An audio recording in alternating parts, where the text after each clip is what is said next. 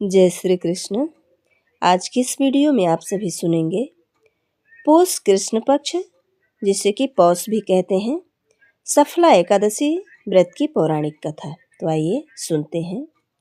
महाराज युधिष्ठिर ने पूछा कि हे जनार्दन, पौष कृष्ण एकादशी का क्या नाम है?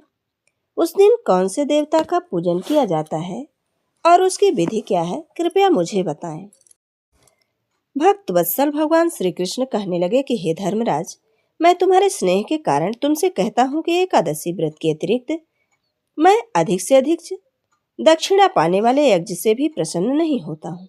अतः मुझे इसे अत्यंत भक्ति और श्रद्धा से युक्त होकर करें। हे राजन, द्वादशी युक्त पौष कृष्ण एकादशी का महात्म तुम एकाग्रचित्त होकर सुनो।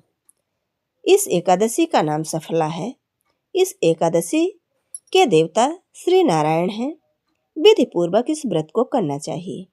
जिस प्रकार नागों में शेषनाग, पक्षियों में गरुण, सब ग्रहों में चंद्रमा, यज्ञों में अश्वमेध, देवताओं में भगवान विष्णु श्रेष्ठ हैं, उसी तरह सब व्रतों में एकादशी व्रत श्रेष्ठ है। जो मनुष्य सदैव एकादशी का व्रत करते हैं वे मुझे परम प्रिय हैं। अब इस व्रत की विधि कहता हूँ। मेरी पूजा के लिए ऋतु के अनुकूल फल, नारियल, नींबू, नैवेद्य 16 वस्तुओं का संग्रह करें। इस सामग्री से मेरी पूजा करें और बाद में रात्रि जागरण करें। इस एकादशी के व्रत से तीर्थ, दान, तप, यज्ञ तथा और कोई दूसरा व्रत नहीं है। 5000 वर्ष तप करने से जो फल मिलता है उससे भी अधिक सफला एकादशी का व्रत करने से फल मिलता है। हे राजन, अब आप इस एकादशी की कथा सुनिए। चंपावती नगरी में एक महिष्मान नाम का राजा राज्य करता था। उसके 4 पुत्र थे। उन सब में लुम्पक नाम वाला बड़ा पुत्र महापापी था। वह पापी सदा परस्त्री और वैश्यागामी तथा दूसरों के बुरे कर्मों में अपने पिता का धन नष्ट किया करता था।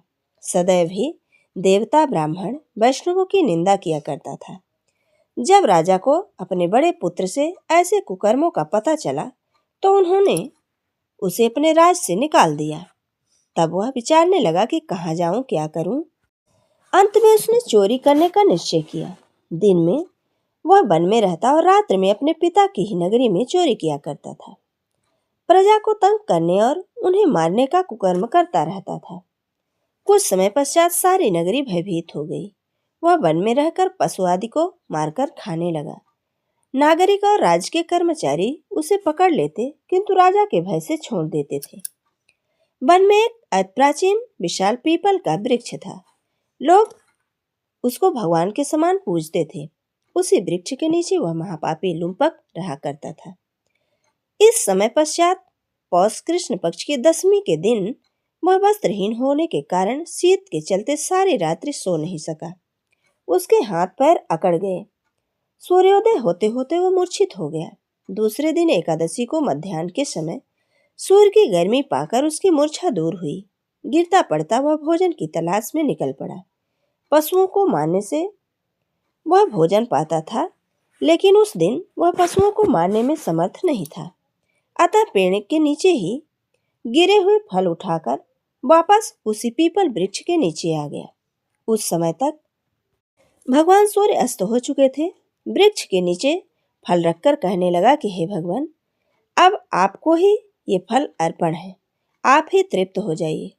उस रात्रि को दुख के कारण रात्रि में नींद भी नहीं आई।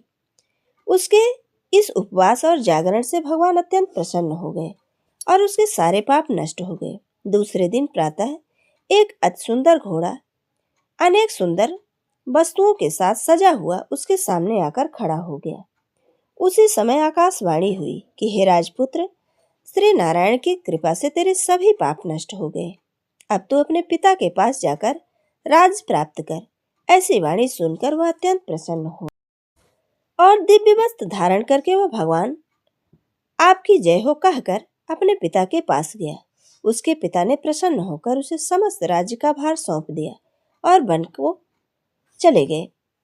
अब लुम्पक शास्त्रानुसार राज्य करने लगा। उसके स्त्री, पुत्र आदि सारा कुटुंब भगवान नारायण के परम भक्त हो गए।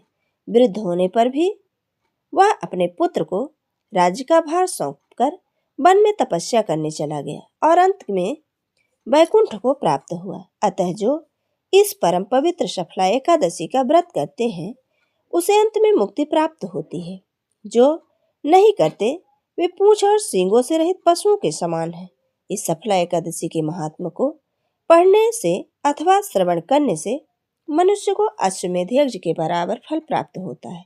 ये थी सफला एकादशी व्रत की पौराणिक कथा। जय श्री कृष्ण। राधे राधे।